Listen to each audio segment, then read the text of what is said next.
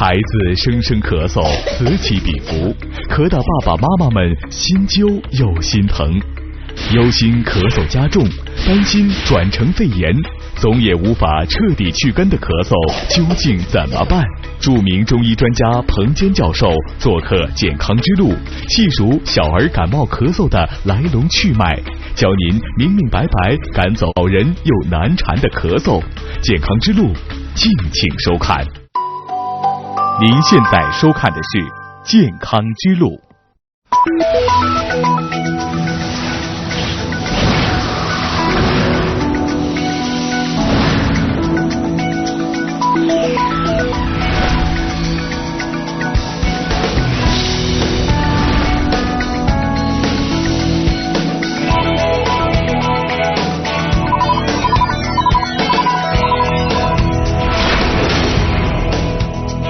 健康之路，医生天天来帮助。小朋友们经常会得的病呢，除了感冒发烧之外呢，就是咳嗽。有的时候一咳起来，很长时间都不停，这样家长也非常的苦恼。对，不光是这个小孩子啊，其实有的时候成年人也是咳的时间长了之后，哎呀，那个心里面担心的呀，真是。从中医的角度是如何来认识咳嗽的？那么中医在治疗咳嗽上面有一些什么样的独到之处呢？来看我们今天的故事。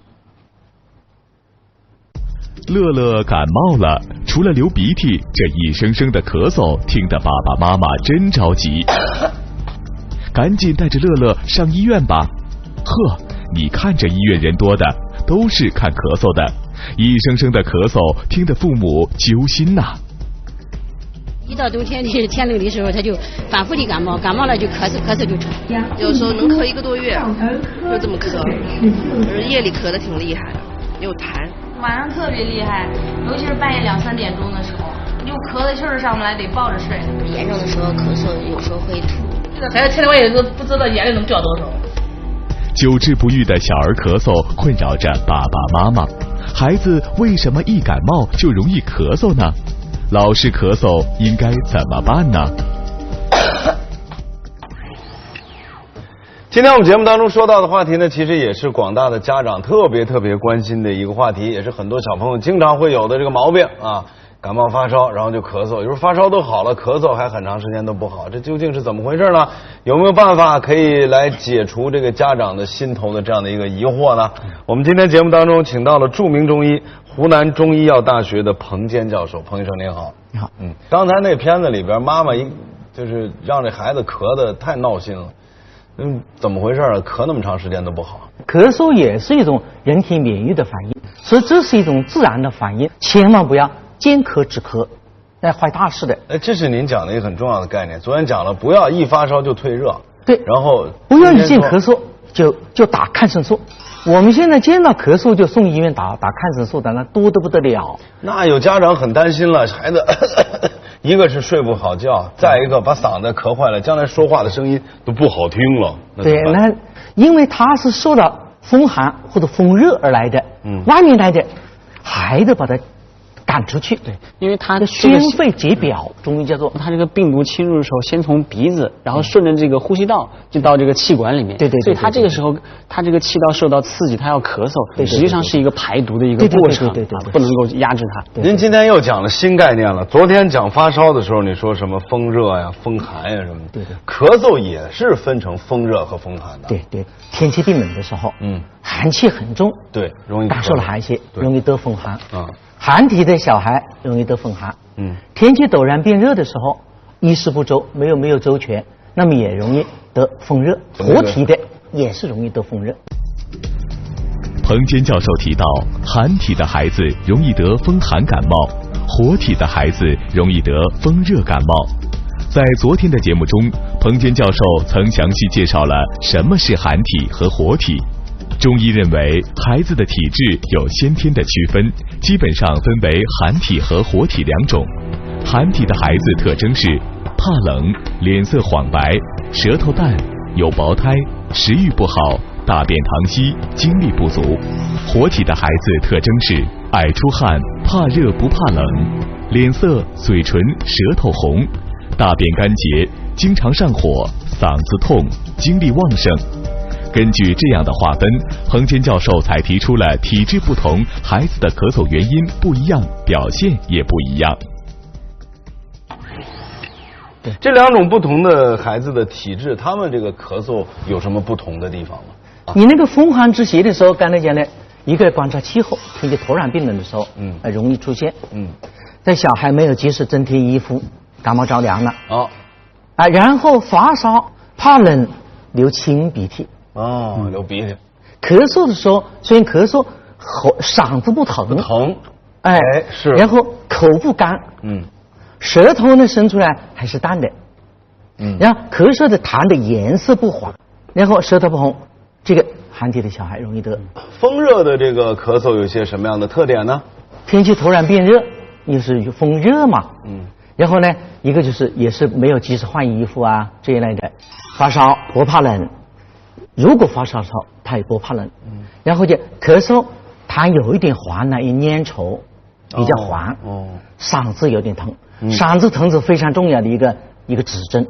舌头伸出来，舌头红，特别舌尖有一点红，口干口苦，舌苔是黄的，活体的孩子容易得。可能小便同时还是有点小便黄的，这他补充的还有味儿。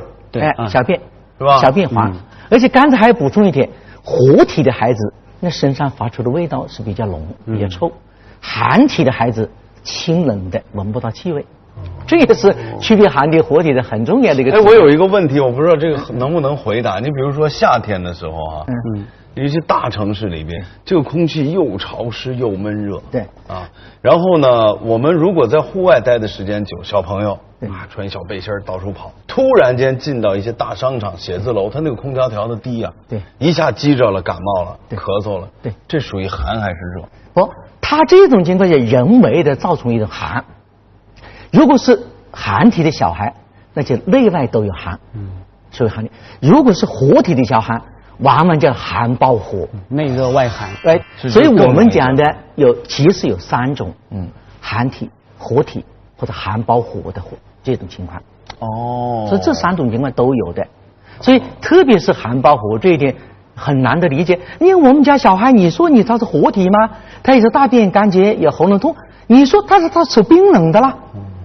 他又怕冷呢，又流清鼻涕呢，这就叫做寒包火。我们了解了寒体的小孩容易得风寒咳嗽，这种咳嗽的特点是嗓子不疼、口不干、舌苔淡、咳清痰。活体的小孩容易得风热咳嗽，这种咳嗽的特点是嗓子疼、口干、舌苔黄、咳黄痰。还有一种情况属于特殊类型，就是寒包火，也就是活体的孩子还表现出有寒体的特征。彭坚教授告诉我们，中医把咳嗽分得这么细，就是因为在治疗上和用药上有很大的差别。风寒的这个咳嗽咱们怎么治呢？你像风寒咳嗽，那刚才讲的咳嗽、流清鼻涕、打喷嚏，痰是白的，是清晰的。这个用生苏丸。生苏丸主要是人参和苏叶。为什么有人参？就是中医的扶正祛邪的观点。人参帮人的阳气。苏叶刚才讲的发汗解表、散寒的。生苏丸。对。然后接下来不但是痰白清晰，对，而且那个吐出来的痰是泡沫一样的。这个小青龙汤，我们叫小青龙可丽。小青龙可丽也是头痛或者头痛、咳嗽、流清鼻涕、咳痰，这个方子非常有效。同学你会玩，这就是寒包火了。就是第3种。第3种呢，外面有寒，流清鼻涕、咳嗽、吐痰，痰开始转黄了，黄痰，稍微有点黄了。但是这个因为它寒气往里面走了，中医叫它开始发热了，所以咳嗽的声音中浊，清亮，咳得很响，这个就是通血理肺丸，既可以散外面的寒，宣肺解表散寒，又可以清里面的内热化痰，这个就是属于风寒感冒的最重要的3个成药方，这都有卖的，药店都买得到，都买得到的。对，3个方子基本上是属于这个风寒咳嗽之类。对。好，这是风寒，咱们接下来讲风热。风热是怎么回事？然后怎么治呢？风热感冒刚才讲的，它一般的最大特点就是天气变暖的时候容易得一点。那活体的小孩容易得一点。然后咳嗽，微微有一点汗，不怎么怕冷。舌头有点红。稍有一点黄苔。对。然后就是他咳出痰有一点黄，嗓子疼是比较疼是最重要的一个特点。好像还真是。原来叫银翘散，后来变成银翘解毒丸，现在做成了很好喝的银翘散的颗粒，这个颗粒。那冲击了，而且这里面这个银翘散它真的是很有名，因为在我们大家可能知道，在这个20世纪上个世纪1918年的时候，当时全世界范围有一个叫做西班牙流感，就很厉害的。当时它这个全世界就是死亡的人数啊，根据文献最少估计2500万。对。然后呢，但是很有意思的一点就是这个疾病，这个流感啊。但是在中国，这个文献报道的死亡率只有1/1000到2%。当时官方啊，就是这个政府的官方就推广了这个药物，就是银翘散。就很多中医就把这个药拿出来，就是你们大家按照这个方子来配吧，就是用了银翘散，它可以减轻一些身体的一些反应啊，然后可以抵抗这个症状。这么厉害啊！对。假如嗓子疼得比较厉害了，可以配这个板蓝根冲剂。所以板蓝根冲剂它不是什么时候都可以用。它一定是风热感冒、风寒感冒，板蓝根冲剂是错了。板蓝根冲剂它起副作用的。风寒感冒不能够用板蓝根，但是其实家长最担心的还不仅仅是小孩咳嗽，最担心的是咳嗽老不好，咳嗽3、5天、1、2星期都有，大半个月就天天咳嗽。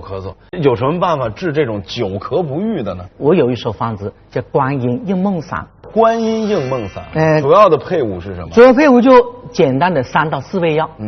一个就是中药常用的药材党参。党参啊，这药店都买得到。这都买得到了吗？党参，生姜，就做菜用的生姜。做菜用的生姜。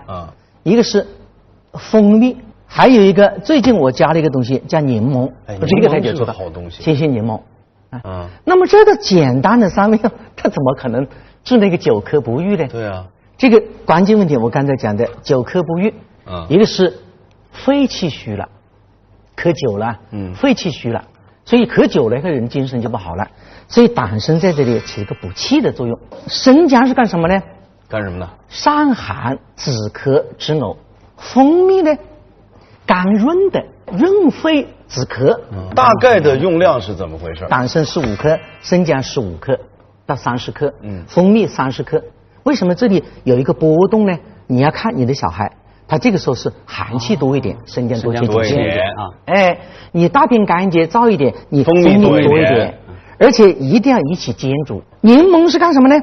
柠檬是酸的，是收敛的。所以一个久咳不已，一个虚了要补，一个寒气要散掉，一个燥要润掉，还有要帮他收。所以这4味药每人管一个。彭坚教授以他毕生的研究，向我们推荐了一个很有效的方子——观音应梦散，用于治疗久咳不愈。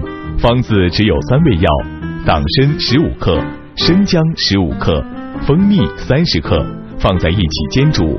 党参用于补肺气，生姜用于散寒止咳止呕，蜂蜜用于润燥止咳的。彭坚教授在这个基础之上，又添加了1味药。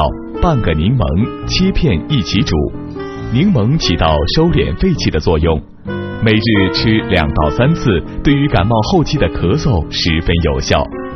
刚才讲到的这些都是在孩子生病后采取的方法。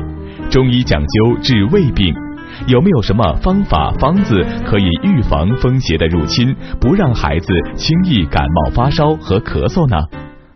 平时我们比如说能给他吃点什么食疗啊之类，或者给他弄点小药常备的喝一点，然后让他就体质比较好，然后不会受到所谓这些风邪的入侵，不会感冒发烧咳嗽呢。像风寒咳嗽的这小孩阳气虚，他腹外的功能差，胃外的功能差，那你们可以选这种成药。什么药？叫玉屏风散4味药：黄芪、白术啊，防风、甘草。黄芪是补肺的，白术健脾的，因为这脾中医讲的，为什么肺气虚呢？这个脾是肺之母，补脾啊补母呢是的方法，来治它的根本。然后防风是祛风的，甘草就是调和的药，调理的和胃的药。所以简单的这么4味药，又做成颗粒，长期服的话，非常好的。对的，玉屏风散就风寒体质的，寒体质的孩子。那你平常你不愿意吃玉屏风散，你经常搞点黄芪，放点红枣，放2片生姜，给它熬了吃也可以，也非常好的。那比如说您刚才讲到活体的孩子呢？这活体的孩子有一手方子，那个方子很简单，桑叶乌梅汤。桑叶乌梅，这桑叶，这是桑叶，清肺热，止汗。然后黄芪呢，它是补肺气的。帮助你挡风，然后就是甘草，甘草配黄芪，它可以清热解毒的作用。乌梅这个药它干什么？一般活体下口干的不得了的，可以生津止渴的。所以它这个东西啊，很简单的，帮助那些活体的小孩清肺热、止汗，然后治疗口渴，然后就是防止他感冒。活体的孩子特别爱出汗，出汗就脱衣服，一热一脱容易感冒咳嗽。针对这样体质的孩子，彭教授给出一个预防的方子——桑叶乌梅汤，由4味药组成：黄芪30克、炙甘草10克、乌梅30克、桑叶15克，一起煎服。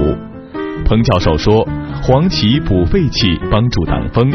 配甘草可以清热解毒，乌梅可以生津止渴，桑叶起到清肺热止汗的作用。尤其到了夏天，这个方子既可以解口渴，又可以预防感冒，完全可以把它当饮料给孩子喝。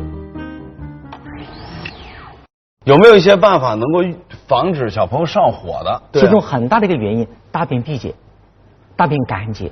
是大便不正常，几天一次。即使不干结，几天一次，所以你能够把它大便通畅，我就帮你下的。那就吃点巴豆。不行，巴豆、大黄这些东西都叫虎狼之药，太猛了。老泻的话，你伤他的阳气了。而且巴豆吃多了反而还会病。那巴豆，巴豆，对，很有意思的。您告诉我们能用什么呢？有最简单的方法，比如说胖大海。胖大海治嗓子的跟大便有什么关系？胖大海你知道大便还可以通便，你知道吗？胖大海你吃少量的可以治喉咙痛，你如果吃到8粒到10粒一次，非常好的通便的作用。你把那个泡发以后，就出现了绒绒的东西吗？你放一点蜂蜜调了以后，一次性喝下去，你每天大便会很通畅。吃了以后，它把你肠道上污垢全部裹住以后，把你排出来，要捞一点出来，就溶溶的。要吃那个溶，人就是喝汤的。这个方子，你要那样去火，你要大便通畅，就是要吃那个东西，吃那个，就是要吃。这个能吃吗？对，能吃，非常好的。喝点汤。也这个没有什么怪味的，一点味道。可以加点蜂蜜吗？对，加点蜂蜜更好。要加蜂蜜才通便。也通便是吧？对。因为好像我们中医讲啊，这个火往上走，然后这个水就全都给消散掉了，所以它不往下沉，所以就便秘。它这水火平衡失调了，火老积在上面下不来，所以就大便干净。所以一种呢是把这个水要引下来，然后还有一个呢把这个火要稍微灭一点，不要那么旺。一个清火，一个是泻的方法，一个滋运的方法。这个吃果冻差不多。对，这就果冻一样的味道，但是你吃到8粒的时候。它就通便了。罗汉果也通便，罗汉果多泡几次可以通便，就因为它的作用就是通过通便把火往下面引，嗓子就不痛。它并不是见你嗓子痛就止痛。明白了。中医的比较高超的技巧就是不是见病治病，不是见咳止咳，不是见血止血，不是见痛止痛。这头的事儿得到那头去。对，他要去找它的原因，然后因势利导。关于今天讲到的内容呢，还有很多是大家需要了解的，所以您想知道我来问，马上进入我们快速问答的环节。请问孩子咳嗽的时候有痰应该怎么办呢？刚开始起的时候，因为风寒感冒和风热感冒的那几个成药，然后到没有这些症状了，用川贝蒸梨子就可以了，或者蛇胆川贝叶之类的也可以。请问孩子容易上火生病，有没有什么食疗的好办法？有生地病，生地30到50克，同蜂蜜30到50克一起同煎，煎了以后比较浓一点，每天吃一点，很好的滋阴降火通便的作用。请问孩子又发烧又咳嗽，应该吃什么药呢？你就是用，如果是有表症的话，冲吃汤煎服生素丸或者其他那些药。请问小孩子爱出汗，这都是上火的表现吗？那不两种呢，一种属于体虚的小孩，就说应该是什么？那个就说刚才讲的防风这个一品风伤。如果属于有火的孩子，那刚才讲的3叶乌梅芥。小孩子经常眼睛红、眼屎多，是否是这个火大的表现？应该怎么办？是风热上扰，中医叫做3局感冒冲击，3局片这类都可以。孩子一旦出现严重的嗓子疼，应该怎么办？严重嗓子一般它都是急性扁桃体炎，那你如果不到医院去的话，你可以选择黄连解毒片、黄连上清丸、油黄解毒片之类的。但是这些药只能暂用而不能久用，用了以后大便通了，嗓子不通了就不用了。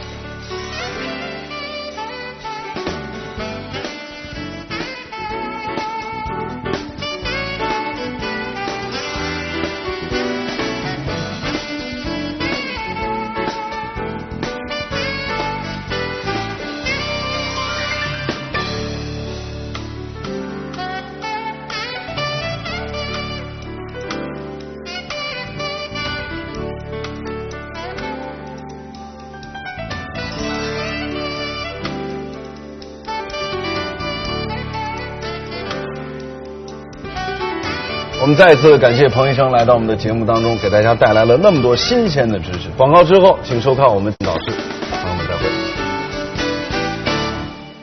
美女大学生为职业追求想要整容，对我的容貌来说还是有很大的缺陷的。整形专家现场为她详解整容过程。用电锯把这个外面这片骨给它锯掉。